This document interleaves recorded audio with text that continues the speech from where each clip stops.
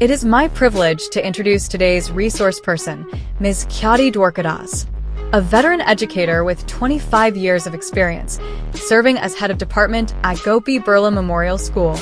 Recognized as an innovation ambassador by the Ministry of Education, her forward-thinking pedagogy has garnered accolades, including the Rotary International Presidential Citation for Community Service. Ms. Khyati is the recipient of numerous awards and honors, including the Lifetime Achievement Award and Innovative Head of Department Award from Education World, the Sushma Swaraj Women Icon Award for Women Empowerment, and the Acharya Chanakya Shikshavid Samman Global Teacher Award and the International Teachers Guild Award. Ms. Khyati is not just an educator but a visionary leader, catalyst for change, and beacon of excellence in education. Hearty welcome, Ms. Khyati. The stage is yours. Please proceed.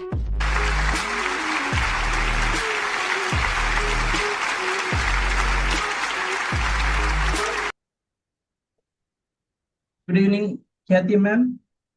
Good evening, sir. So, dear educators, we are truly honored to have today with us Khyati Dwarkadas, an experienced educator and resource person, to lead this insightful session. Ma'am, please. Thank you. Thank you, sir. We just share my screen. Sure, sir. Sure.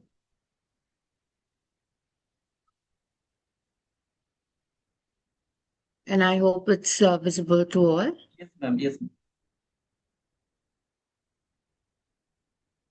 All right. So today we're basically going to be speaking about creating competency-based questions and mastering the art of creating them, in fact.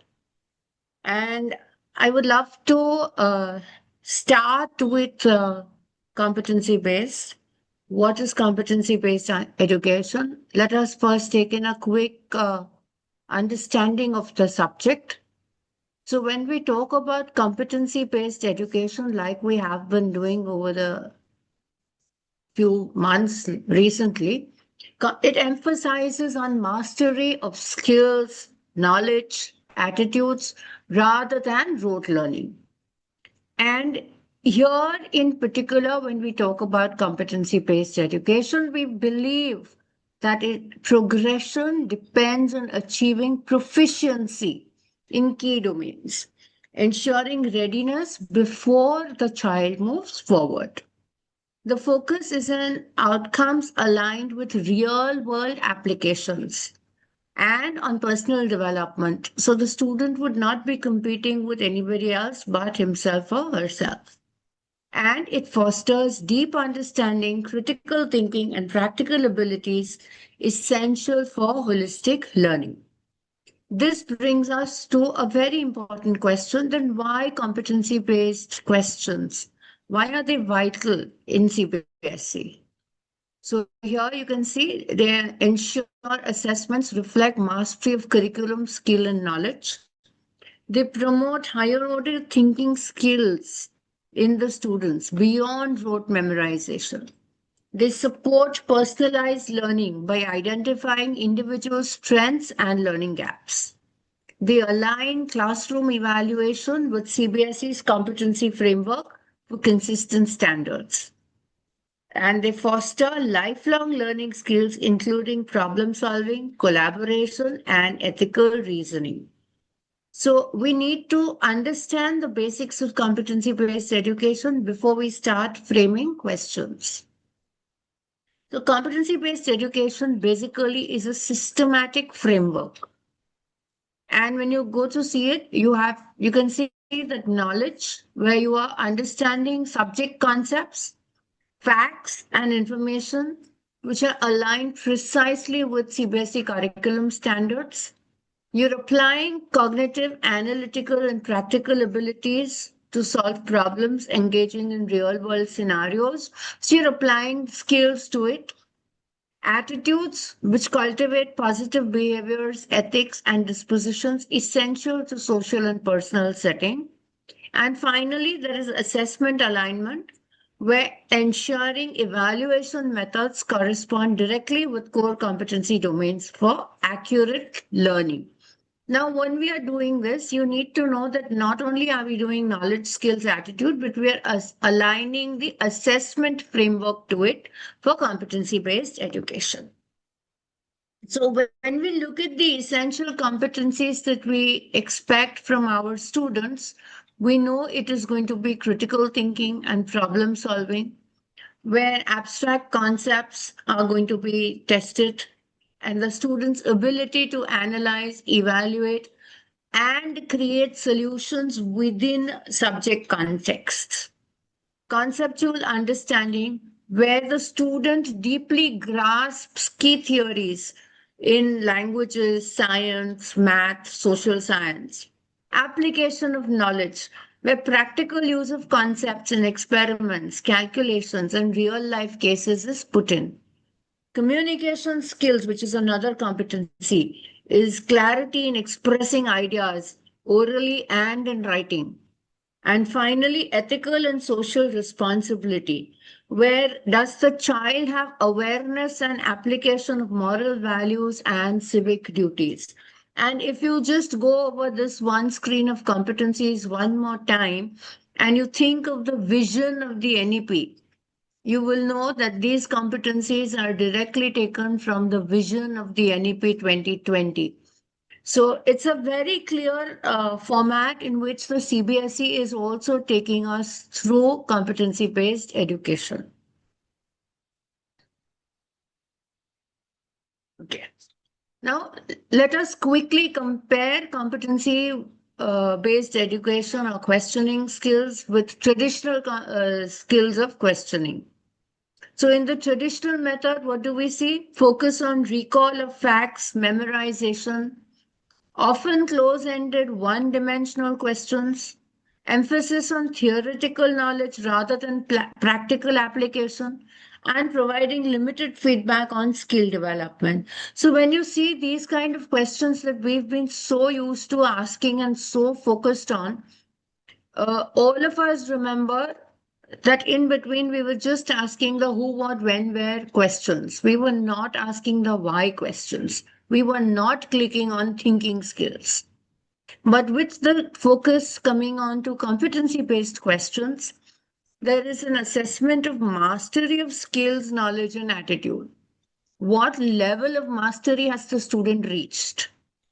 Open ended real world problem scenarios are coming in the papers. Critical thinking and creativity is being questioned and encouraged. And actionable insights into student progress are being offered, particularly with the coming of SAFAL.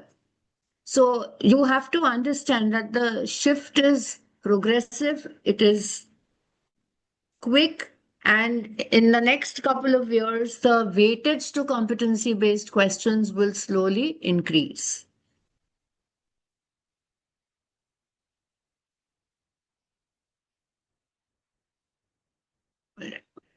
So, we also come to debunking misconceptions about competency based questions, where we have to clarify the misunderstandings to enhance effective preparation of questions.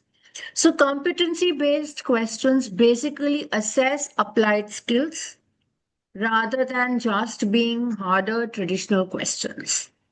So keep that.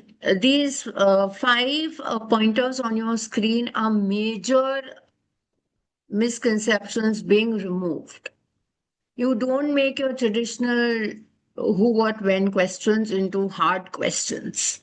Preparation requires strategic alignment with competencies, not with time.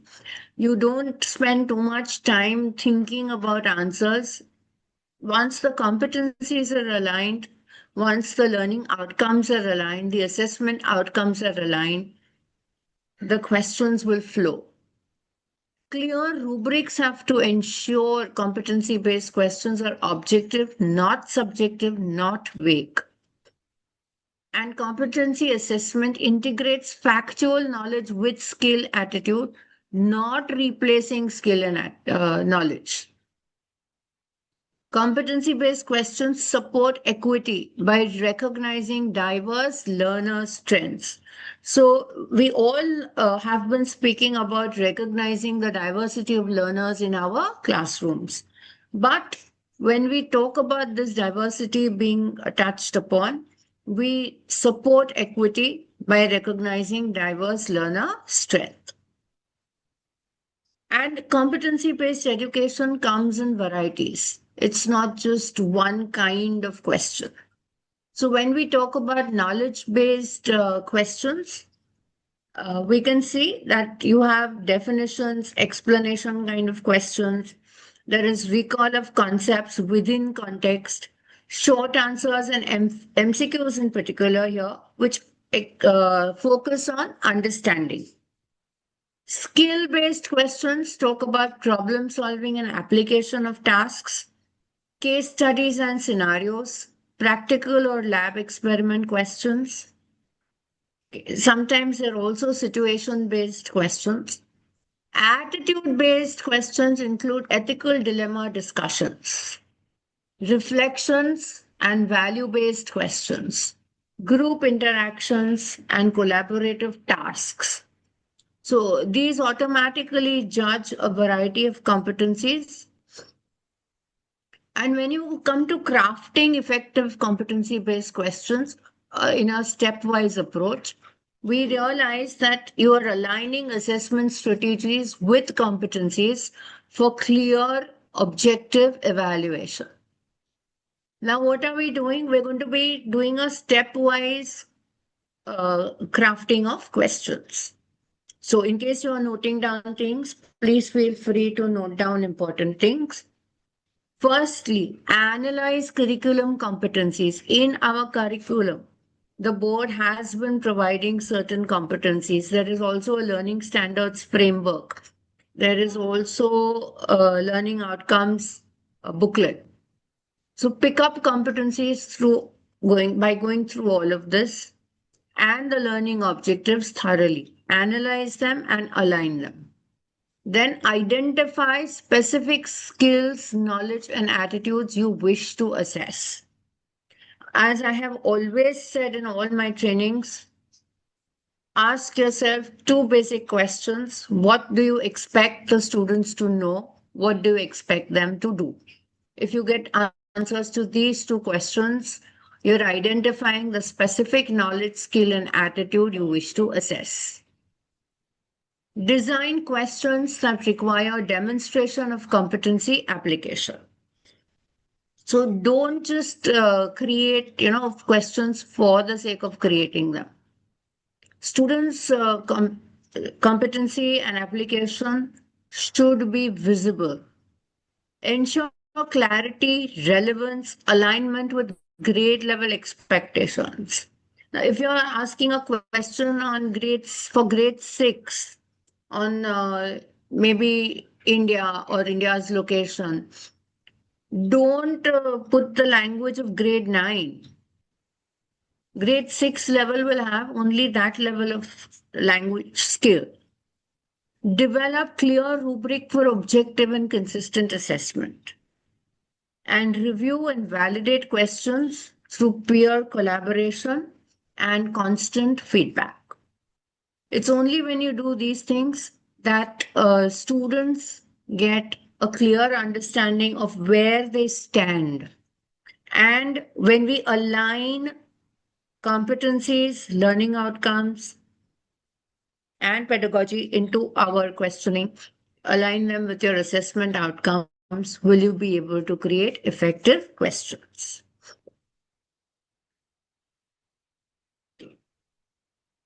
So, when you align competency-based questions with the curriculum, you have a curriculum mapping process where you pick up the competencies, you identify the competencies explicitly stated in the guidelines for each subject and topic. Then you start drafting questions targeting identified competencies, ensuring appropriate depth and scope. So this only means that firstly, the educator who is trying to create competency-based questions has to be thorough with the curriculum. Then you have implementation feedback. Analyze student responses to refine question design and clarify competencies. Analyze the student responses. Figure out what they know, what they don't know. It is time to teach and reteach. Validation and review. Cross check questions for alignment and balance across knowledge, skill, and attitude. Once you have done that, only will the student be able to take the test, and will your test be fair, valid, reliable. Targeting knowledge, skills, and attitude to foster holistic learning. So, when you're targeting knowledge assessment, what are you doing? You're focusing on conceptual clarity, factual correctness. This includes definitions, explanations, and recall tasks. They're simple. When you focus on skills that you're assessing, it's constantly emphasis on application, analysis, synthesizing abilities, real world problems, experiments, case studies, practical insights. And when you're doing attitudes, it's values, ethics, collaborative abilities, reflective and situational discussions, maybe even discussion based questions. So, attitudes are automatically visible in your answers. However, rubrics need to be very, very clear. And whenever we make questions, we've also done this at Learning Outcomes and Pedagogy, we've done it multiple times. We need to apply Bloom's taxonomy of the cognitive domain.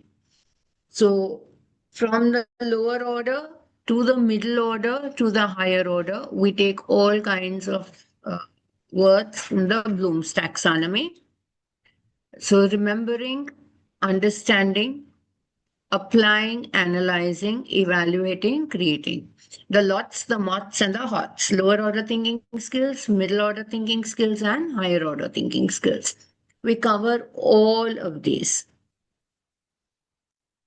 Now, I have an example here from science. It's multiple examples. So, explain the process of photosynthesis and its significance in the ecosystem, demonstrating conceptual understanding and application skills.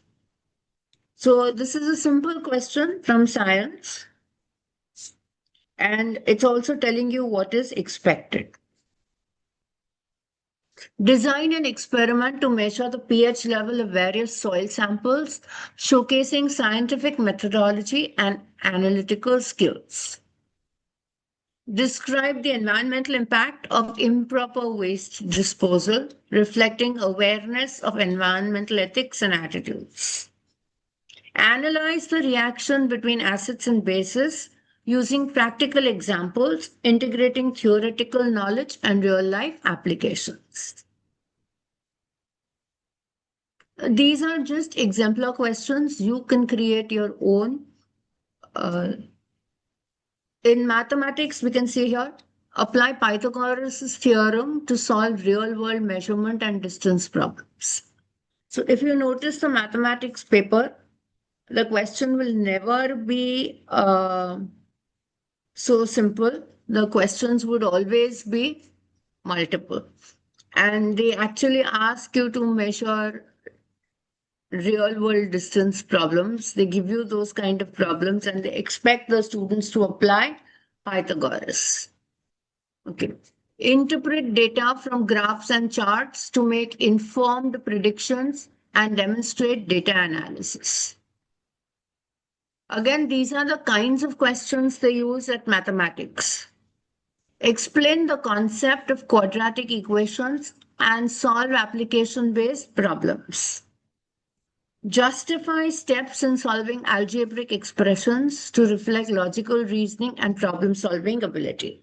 So these are the kind of questions mathematics teachers use in multiple math problems.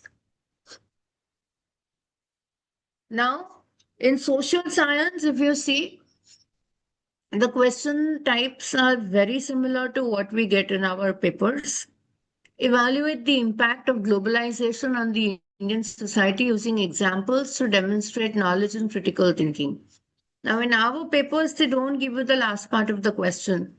They would end at using examples. but demonstration of knowledge and critical thinking is what we are expecting.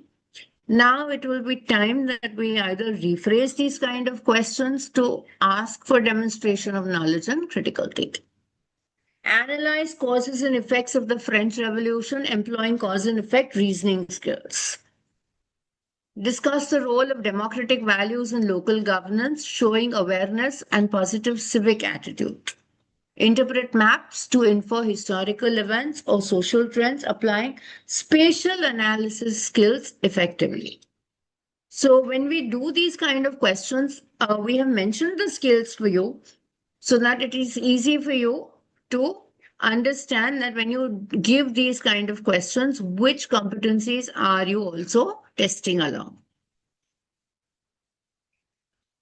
When we come to framing of a rubric, what are we doing? We are using rubrics to objectively evaluate competency-based responses in assessments.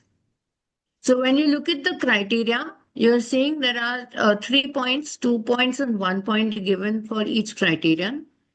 So if I'm going to look at knowledge accuracy, if it's exceeding my expectations, it's completely accurate and comprehensive, I would give full 3 points.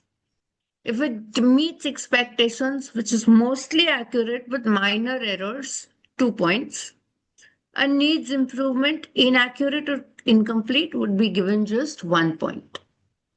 Then when you come to application, if it is skillfully applying concepts and practical scenarios, full. Otherwise, 2, when it is adequate application, but when the concepts are not applied, you give just 1. When you look at the attitude, it demonstrates positive and ethical attitude clearly, a full score. Shows some understanding of appropriate attitude. It's not a complete understanding, it's just meeting the expectations, 2. And attitude responses are superficial or inappropriate, then you need to give only 1. And when you see clarity and presentation, the response is clear, well structured, easy to follow. You can give full marks. General, clear, but could be better organized. Then you give 2. Unclear and poorly organized, you put a 1. So if you go to see, this rubric is giving you a criterion. It is giving you what is there to support the mark you are going to give for the question. Now, normally we also give a marking scheme or an answer key, where again we have a rubric where we check on the knowledge or the expected answer and the number of points getting full scores. But this kind of a rubric is also important because we know that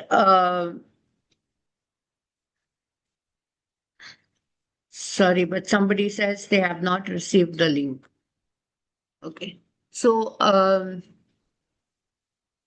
when we give this kind of a rubric even to ourselves, we know why we are not giving a full score or why we are giving a full score. And it is important to keep a marking scheme with this kind of a rubric so that when the papers go to another place for evaluation, like it happens at CBSE, our papers don't come back to us, they go elsewhere. So when they go elsewhere, somebody elsewhere is able to read the question, check the marking scheme, and read the answer and appropriately grade the response. That makes standardizing of the responses easier. Now, key tools and techniques for competency-based question design. So obviously you need to analyze the curriculum. You can use software or map competencies with a question structure, however you wish to do it. Then there are many question banks available at the CBSE website itself for easiest access. So I basically suggest before you start your competency-based questions, you refer to them. Rubric development, if you are unclear on how to develop a rubric, there are many templates and many softwares that help you build a rubric. You just need to spend some time on Google. Otherwise, you need to clearly map a rubric. There are many peer workshops and collaborative workshops like we are sitting in here, and the Bloom's taxonomy framework, which structured resources to design questions across varying cognitive levels.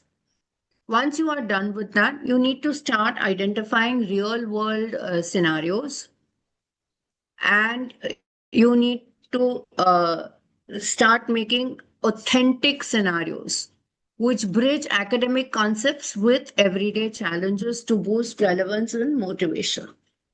So, if you just look at the title, we've already done two or three sessions at Extra Mile Education and Training on creating MCQs, creating FRQs.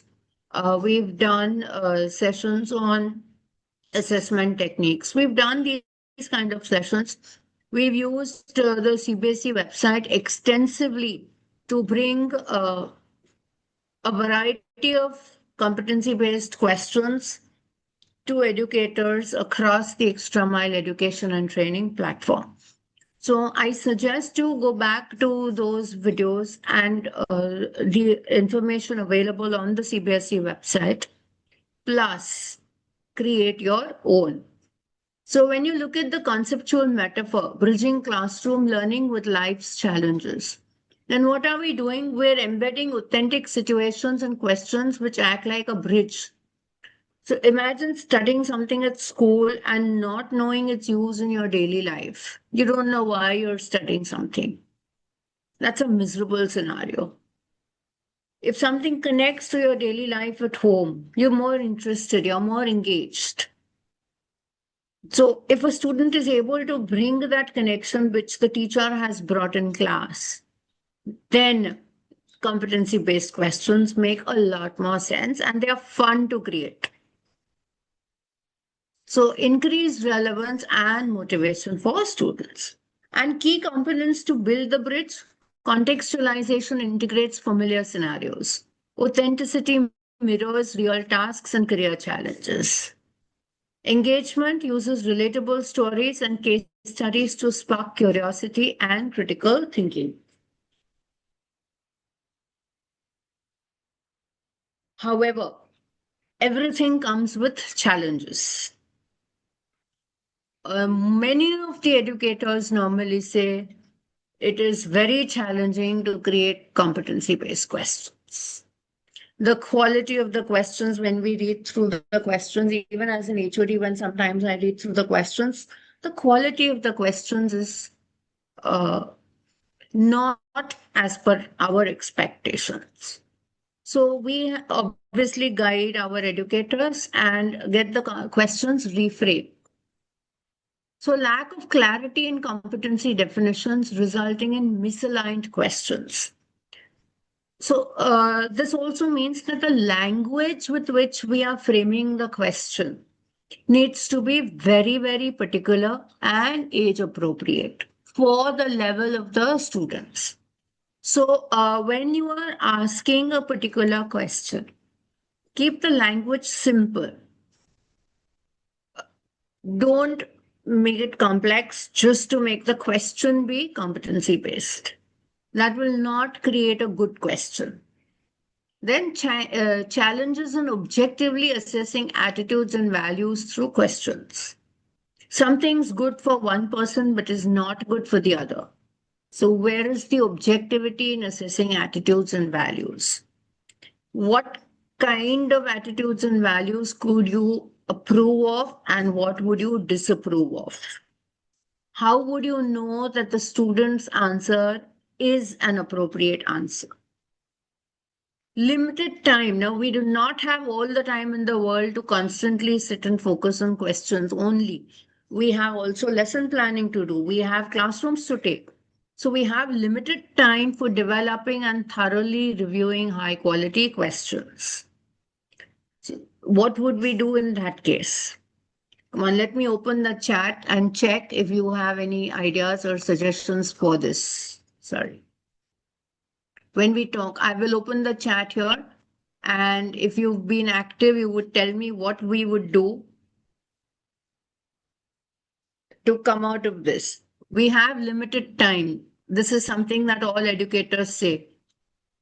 we barely are able to finish the syllabus. When will we create such questions? When will we review these high quality questions? What suggestions would you give to overcome this challenge? Come on, tell me that.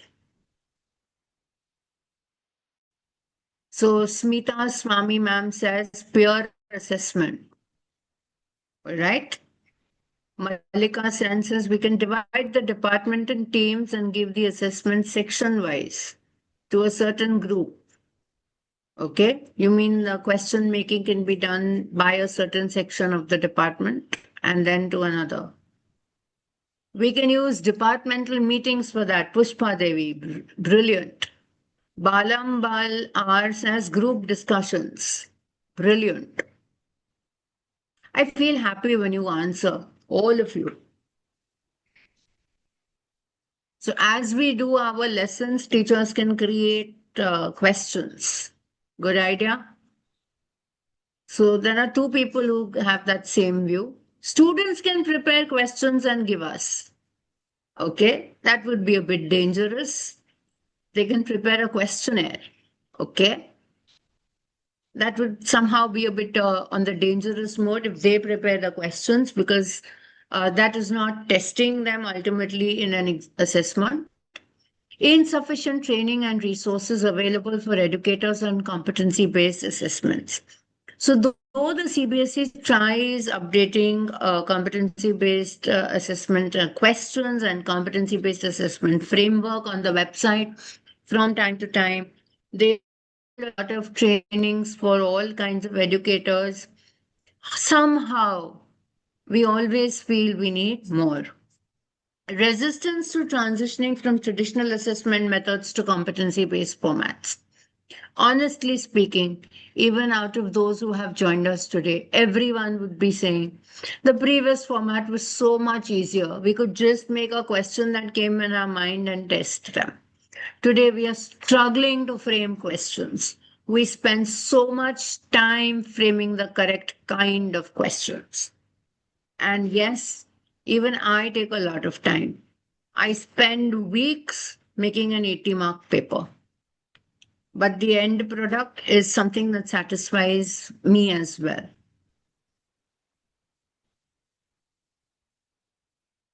So, mastering feedback for competency assessments, techniques to deliver clear, skill focused feedback aligned with competency criteria.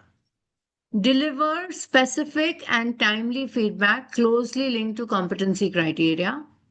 Use rubrics to ensure transparent evaluation and clear improvement guidance. Promote student self-assessment and reflection on their competency progress. Offer constructive suggestions focused on skill development and positive attitude and growth. Incorporate peer feedback to encourage collaborative learning and diverse perspectives. So these are basic things that we have already spoken about, and we'll keep coming to something similar time and again. We'll keep coming to more and more exemplars as well. So when you start with integrating competency-based questions into daily classroom practice, what are you doing? Begin lessons with competency-focused questions that frame learning objectives. Like some of you mentioned in the chat previously, that you do it in the class. What you do in the class is what you test in the exam. Use small formative competency checks throughout lessons for real-time feedback and adjustment. What are we adjusting in the classroom? The feedback we get on the lesson. How did the lesson go? The reflection. We plan the next lesson based on the feedback of the previous lesson. That is the adjustment we make in the lesson plan. Design group activities centered on competency-based problem solving to enhance collaboration.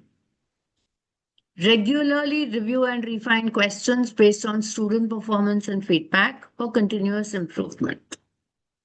Encourage student-led questioning aligned with competencies to foster ownership and critical thinking. So we are very clear till here. Now, a quick recap of the key insights when you are preparing competency-based questions. You align assessments with clear, measurable student learning outcomes, integration of knowledge, skill, and attitude, offering holistic evaluation. Use frameworks like the Bloom's taxonomy, which deepens the variety of questions and rigor. Rubrics and tools ensure objective and transparent evaluation process. Ongoing formative assessment and feedback enhance learning and motivation. And finally, successful implementation requires planning, collaboration, and mindset shifts. So, I think this much of a recap makes you clear. Anyone who is unclear till here could mention it in the chat. So we'll keep a note of it. Okay.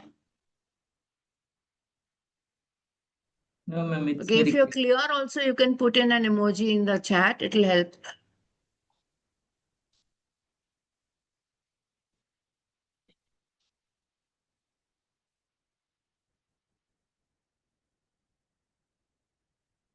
Thank you, Vijaya Lakshmi, ma'am.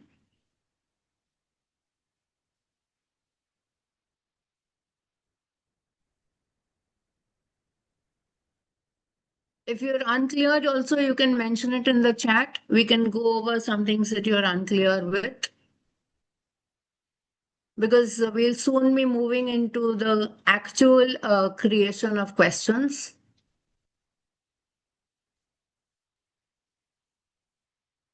Okay, Pratima Sharma, if you're raising a hand, I would request you to put your question towards the end.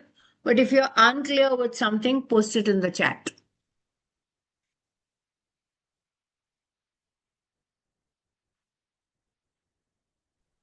All are in the opinion that they are Yes, it's they clear. are very clear. Yes, sir. Yeah. Absolutely. Thank you so much, everyone.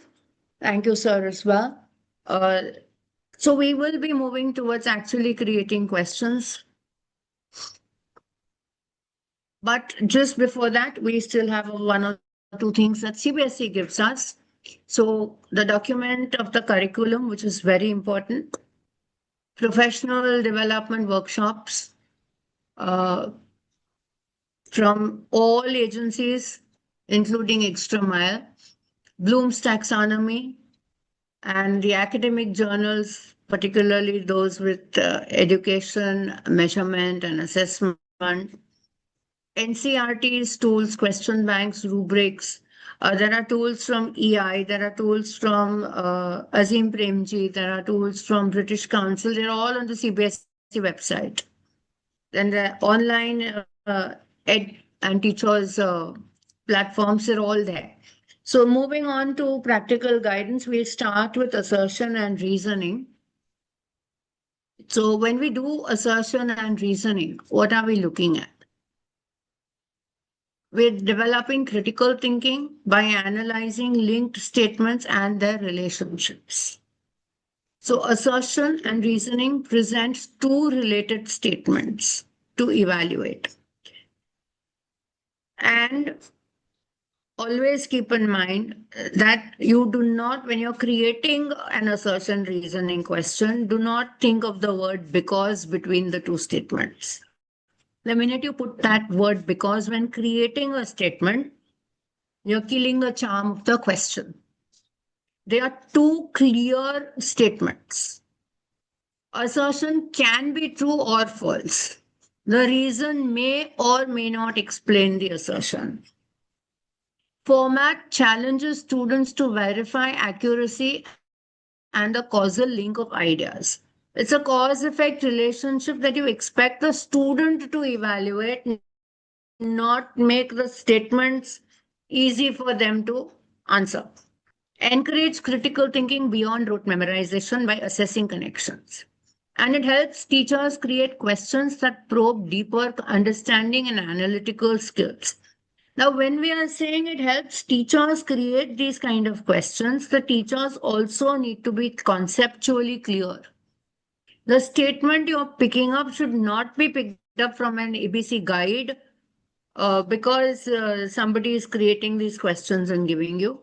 You need to personally open the textbook and frame these kind of questions.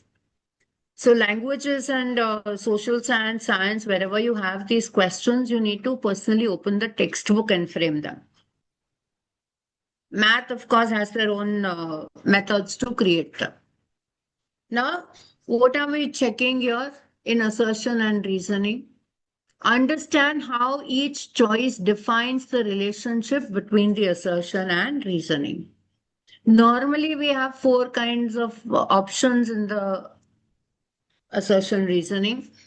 Both A and R are true, and R correctly explains A. Both are true, but R does not explain A. A is true, R is false. A is false, R is true. Sometimes, rare case scenario, both are false.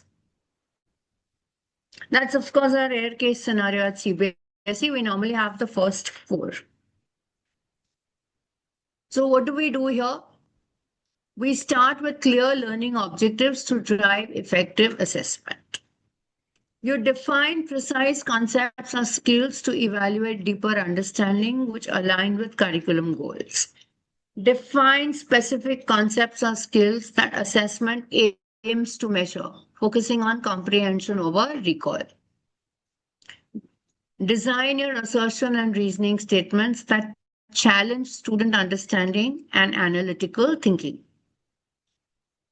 Align learning objectives with curriculum goals to ensure assessments reinforce instructional coherence.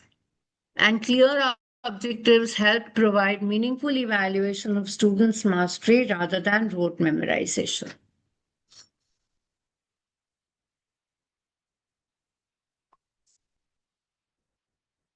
So write the assessment first. Why do you need to write it first? Because you have to clarify, and it has to be a precise, clear statement. Start with a clear, concise assertion that is unequivocally true or false. Pick up a proper statement. Avoid ambiguous and vague wording to prevent confusion. Ensure grammatical clarity and precision in the assertion. A well-crafted assertion lays the foundation for coherent reasoning. Clear assertions support fairness and focus in student assessment.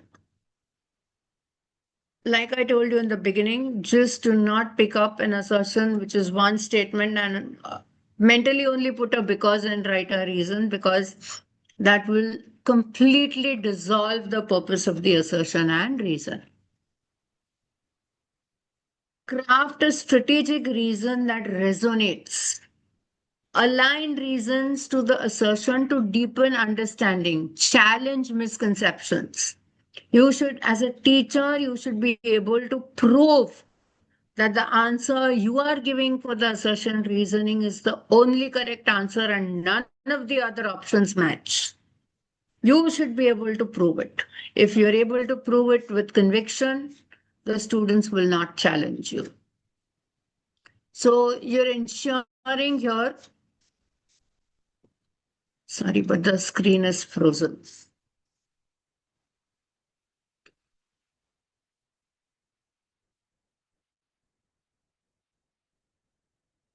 Ensure that the reason directly explains why assertion is true to reinforce correct understanding.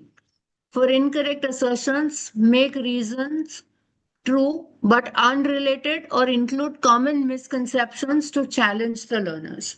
You are the one who is creating it, you are the one who's challenging the learners. Use strategic reason statements to promote higher order thinking by prompting students to evaluate causal links critically. It is only when they think, when they critically use the cause effect relationship, will they start working on assertion reasoning. This approach helps discriminate deep understanding from surface level knowledge. Therefore, these questions are very important in an evaluation and assessment program. Avoid common pitfalls in question writing. So what are the key mistakes? What are the things we need to avoid? Avoid statements that are obviously true or obviously false to prevent trivial answers. The minute you give one of the two statements in assertion and reasoning as either true or either false, 50% question options are gone. The minute one of the two statements is false and the student discovers it, the first two options, both are true and R explains A or R does not explain A, is gone. The child only has to look for which of the two statements is false in the options and choose it. The child is not answering or testing knowledge, is not demonstrating knowledge, is not demonstrating deepened knowledge or understanding. The child has only played tic-tac-toe the minute you put either a true or a false statement. If it's true, there are still two things to look at or three options to look at. But the minute you put a false statement, the child is only playing tic-tac-toe. Do not use linking words like because or therefore that reveal relationship. That's a mental note, which you normally advise students to do. Between assertion and reasoning, we normally tell them put in a because and check if the reason is the answer for assertion, is the showing the relationship. It's explaining the assertion or not. But as a teacher, as a paper setter, as an educator, you do not put the words there. The minute you put the words there, you have really done the damage. Keep the reasoning balanced, neither too obvious nor too obscure. Keep the difficulty level fair, not very difficult, not very easy. Use clear, balanced phrasing to avoid confusion and maintain assessment integrity. So, again, don't use words that don't make sense. Elevate assessments, test multiple cognitive levels, design questions that foster deeper learning and critical thinking through diverse cognitive challenges. Focus on Bloom's taxonomy. Use these knowledge, comprehension, application, and analysis in your questions. If your questions meet these guidelines, you will create beautiful assertion and reasoning questions. Optimize the impact of assessment. Creating assertion reasoning or you're creating simple MCQs, the distractors, which are the other three options, should all be plausible and only one should be correct. Use plausible incorrect options to effectively challenge student reasoning. Design distractors around closely related but distinct concepts to deepen the assessment precision. What happens is sometimes we make the distractors so obviously unrelated that it's a game of tic-tac-toe. It is not a test of knowledge or understanding. Incorporate partially correct information and common errors as distractors. So when you're doing it for the first time or maybe the second time, it will be a little time consuming because you're going to be putting in a lot of thought. But once you get the hang of doing it, it goes a bit faster. But trust me, even today, it takes me weeks to set an 80-mark paper. Well-designed distractors boost test reliability by distinguishing between different levels of understanding. Ensure clarity and fairness in questions. So key checkpoints to maintain high-quality valid assessment items. Verify each question leads to a single well-supported correct answer. Ensure all answer options are mutually exclusive and equally plausible. But you should note how to defend the correct answer. Use consistent grammatical structure across all statements for clarity. Avoid negative phrasing to minimize misunderstanding and confusion. Conduct a rigorous review to uphold fairness and validity in assessments. Most of the times we keep saying do not use NOT. And if you happen to use it, keep it bold and in capitals. so the students are not confused. Analyzing assertion reasoning questions.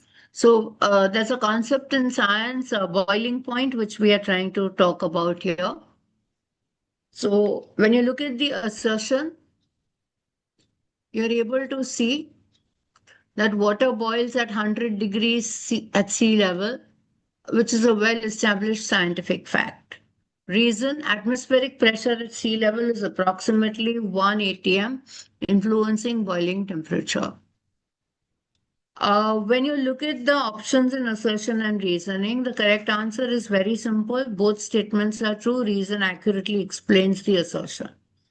This example demonstrates a clear, scientifically accurate assertion reasoning question that is testing factual and conceptual understanding. So, though we are trying to increase difficulty level in different subjects at different points, everything need not be very difficult.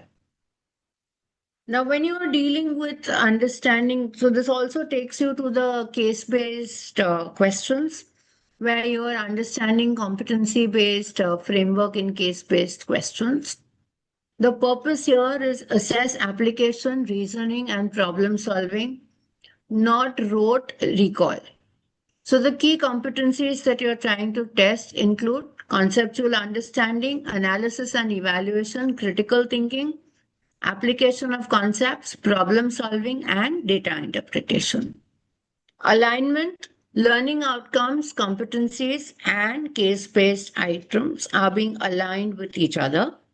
And finally, you have the outcome, which is the authentic assessment of real life readiness. Then you look at the structure of case-based questions. You have a standard format, a context or a passage of 100 to 150 words with a real life scenario. Just in case you're taking it from some authentic source like the World Bank or UN or SDGs or something, you mention it below. Visual elements like graphs, diagrams, tables, or images are optional but recommended. Normally, you would have about 4 to 5 MCQs with these kind of questions. You could have one MCQ, you could even have very short answer questions. Normally, 1 mark each with a total of 4 to 5 marks per case can be given if you wish to. So then you have, and when you're choosing your questions, also keep 4 levels of Bloom's taxonomy in your question making. Design cues, keep language clear and grade appropriate, include only necessary data, and avoid ambiguity and technical jargon, which students may not understand. Step-by-step creation. Choose real world context, daily life situations, social issues happening around, current events, scientific phenomenon, historical events, economic situations, environmental concerns. You write the case study passage. Don't just lift it. Edit it, write it. Keep the word limit to 100, 150. Do not make it very wordy. Make it engaging and relatable. Include only necessary data or information. Avoid unnecessary details. Use clear, grade appropriate language. Incorporate visual elements wherever possible. But when you're creating a case study passage, keep in mind that if a student does not need that passage to answer the question, the passage is of no use. The answers to the questions of the case study should come from the passage without falling back on the textbook except for the concept, and it should be application of the concept, not lifting from the passage and reproducing. Design questions at different levels. So direct recall, concepts given in the text, interpretation of data and patterns, making judgments, predicting outcomes. So here you can see there is a case study from mathematics, which is dealing with statistics, where a school has conducted a survey of 50 students, and you can see the word limit is very much within the expected word limit. There is a screen time given in hours. A little statistical analysis is also created. And there are MCQs. 4 MCQs created. Correct answer is shown alongside. And you can see that a lot of calculation needs to be done. It is not just picking up from there and answering. You can see the kind of work that a student has to put in, which means the teacher has also put in ample time in creating a good question. Look at this example from physics, light and reflection. Ria is standing 3 meters away from a plane mirror in her room. She notices her image appears to be at the same distance, etc., etc. And then there is a diagram given, Ria's position relative to the mirror and her image. This is going to help the student understand the case. And then there are 4 MCQs given, very well framed with the answers, just to help us save on some time. But look at the kind of framing. So whichever the subject you are dealing with, look at the kind of framing of the questions. Without the passage, you are not able to answer these questions. Then there is an example from life processes in biology, where you are measuring pulse rate. There is another diagram given at rest after BPM with the passage, where you're going to be talking about heart rate functioning. And look at the questions given alongside. The questions are very clear, which are given alongside.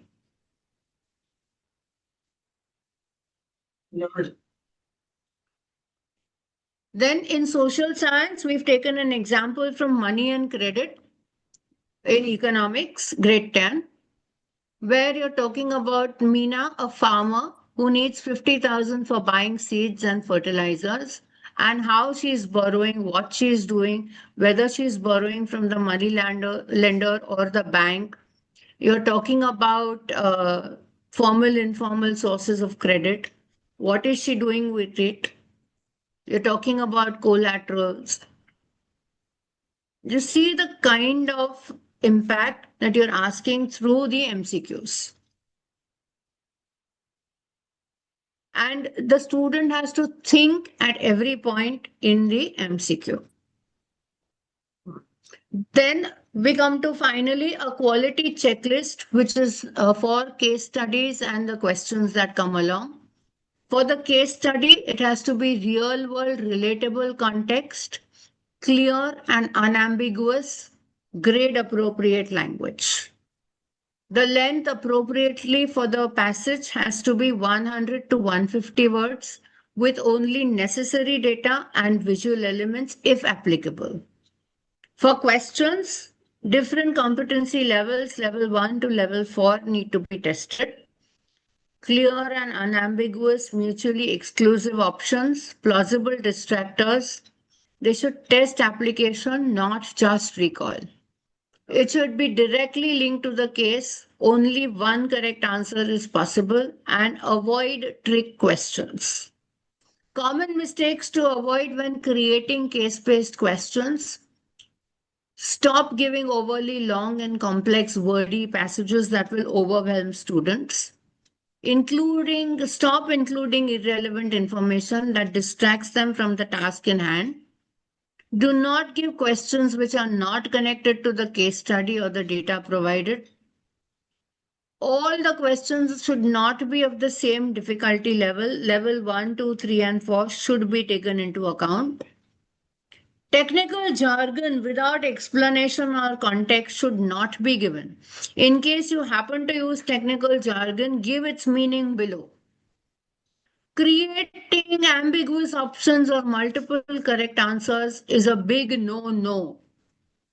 And finally, when you look at the last one, making questions just too easy and very scoring so the students are very happy with you. That is also a big no-no. And tips for excellence, you're creating high quality case studies. Use authentic text, authentic context, news articles, real data sets, local issues, current events that students can relate to. A lot of graphs, tables, diagrams, images to boost engagement and support visual learners. Vary the question types.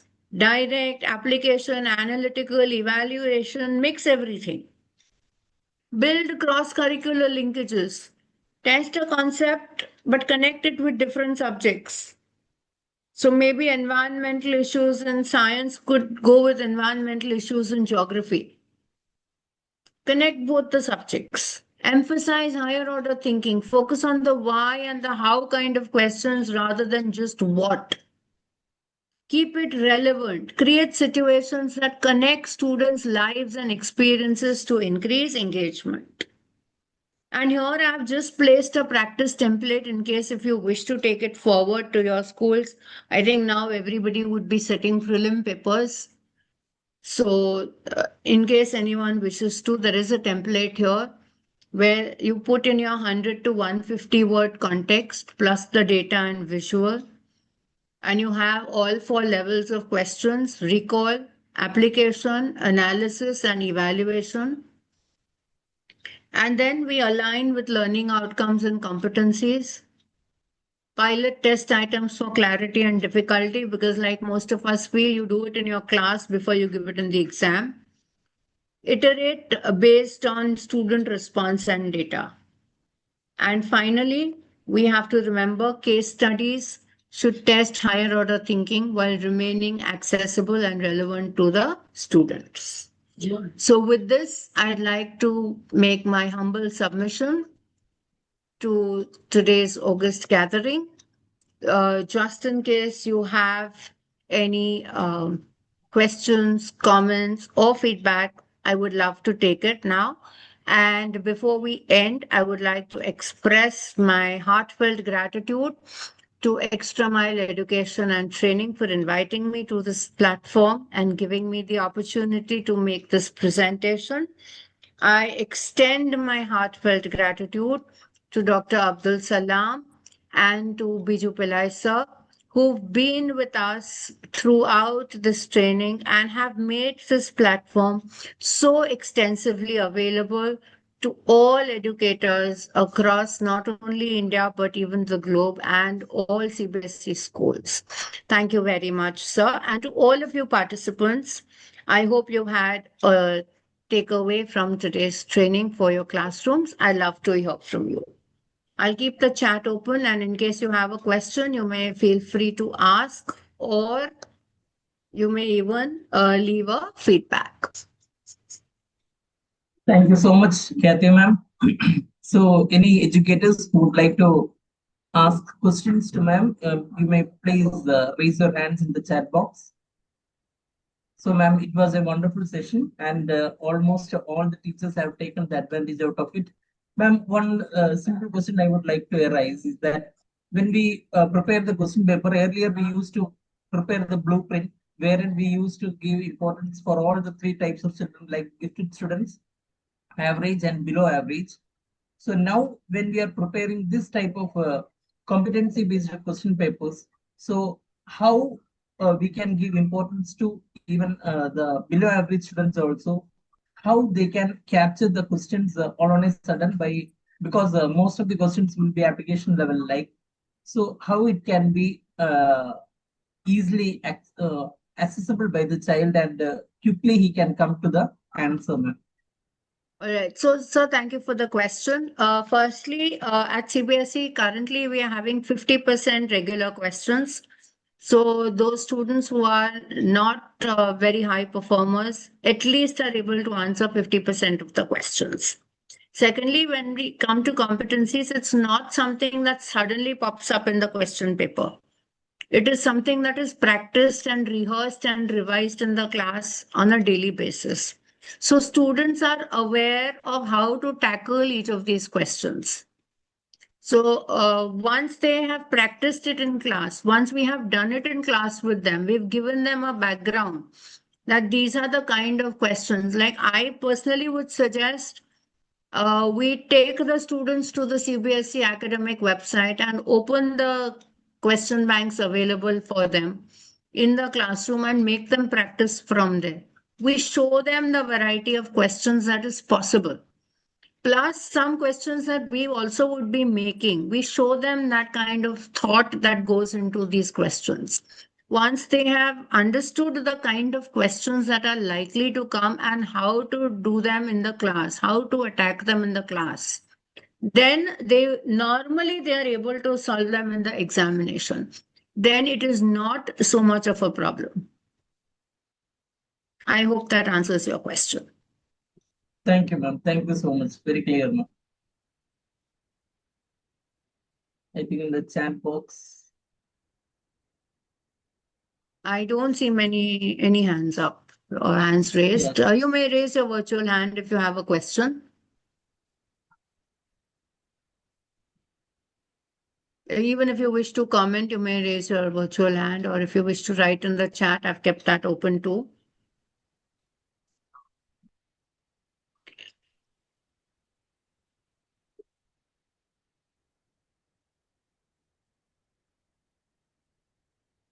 Thank you, Malika Sen, ma'am.